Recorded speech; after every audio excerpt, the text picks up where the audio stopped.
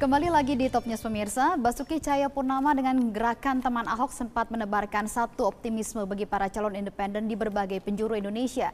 Namun ketika Undang-Undang Pilkada direvisi dan pada tanggal 27 Juli lalu, akhirnya Ahok memutuskan maju melalui jalur partai politik. Apakah ini kemudian berdampak pada menurunnya optimisme dari para calon independen lainnya? Apakah benar revisi Undang-Undang Pilkada begitu sulit untuk ditembus oleh para calon independen? Kami punya analisanya berikut ini untuk Anda pemirsa. Kita lihat dalam grafis berikut ini, di mana dalam proses perjalanan revisi Undang-Undang Pilkada nomor 8 tahun 2015 sempat terjadi perdebatan yang cukup hangat dari partai politik untuk memperberat persyaratan calon independen.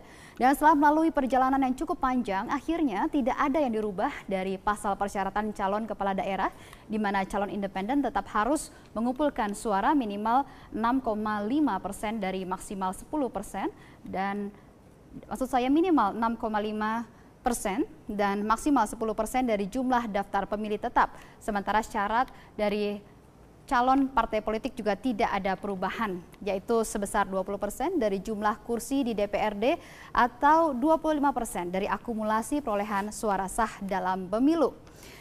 Namun apakah benar memang tidak ada syarat yang diperberat dari para calon independen ini? Kita akan melihat di data berikut ini.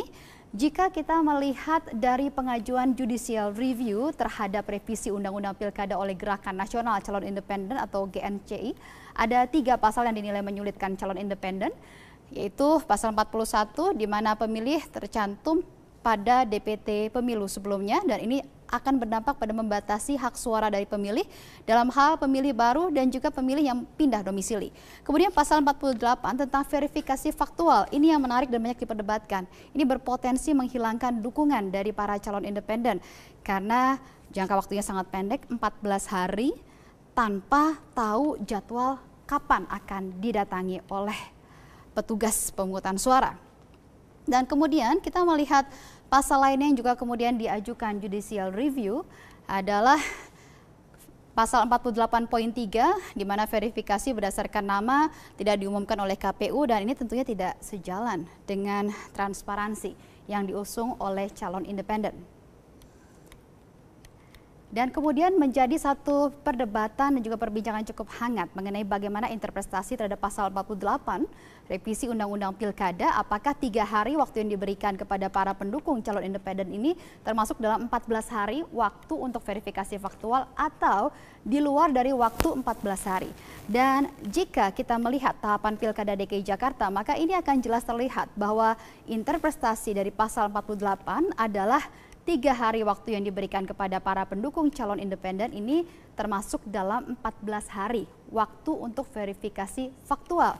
Seperti yang terlihat dalam grafis ini, 21 Agustus sampai dengan 3 September jumlahnya adalah 14 hari. Dan ini dinilai menyulitkan para calon independen. Dan kemudian kami akan mengajak Anda untuk melihat kasus Ahok sebagai satu contoh kasus. Apakah kemudian langkah Ahok ini kemudian menyurutkan semangat dari para calon independen? Kita lihat di grafis berikut ini. Kita akan belajar dari kasus Ahok, di mana Ahok berhasil mengumpulkan KTP sebanyak 1.034.773 KTP, sementara syarat minimum dari KPU adalah 532.000. Mohon maaf ada kesalahan data. Di sini ada 532.213 KTP. Yang ini artinya teman Ahok dan juga Ahok telah berhasil mengumpulkan hampir 2 kali lipat dari syarat minimum KPU. Dan kita tahu bahwa pada tanggal 27 Juli Ahok akhirnya memutuskan untuk maju dari jalur partai politik melalui Golkar, Nasdem, dan juga Hanura. Entah apapun alasannya, namun sempat tercetus juga bahwa ada kesulitan. Ada satu pesimisme apakah mungkin bisa memenuhi segala syarat-syarat dari verifikasi faktual yang memang harus dilakukan dengan cara sensus dan dinilai konvensional. Kemudian kita melihat, kami punya data terakhir yang berhasil kami kumpulkan di sini bahwa ada pembukaan pendaftaran calon independen oleh KPU DKI Jakarta 3 sampai dengan 7 Agustus 2016. Dan sejauh ini hari ini 4 Agustus 2016 ada satu pasangan calon yang sudah mencoba untuk mendaftarkan, namun kemudian ditolak karena tidak berhasil mengumpulkan KTP dengan syarat minimum, yaitu sebanyak 532.213 KTP. Calon tersebut hanya mampu mengumpulkan sekitar 200.000 KTP saja.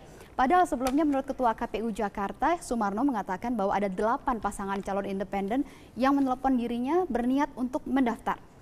Nah pemirsa, berapa banyakkah calon independen yang akan lolos dalam pemilu kada? Ini akan menjadi satu ukuran, ujian dari benar atau tidaknya pendapat banyak orang bahwa revisi Undang-Undang Pilkada ini menjegal kesempatan bagi para calon independen. Mari kita lihat saja bagaimana perkembangannya.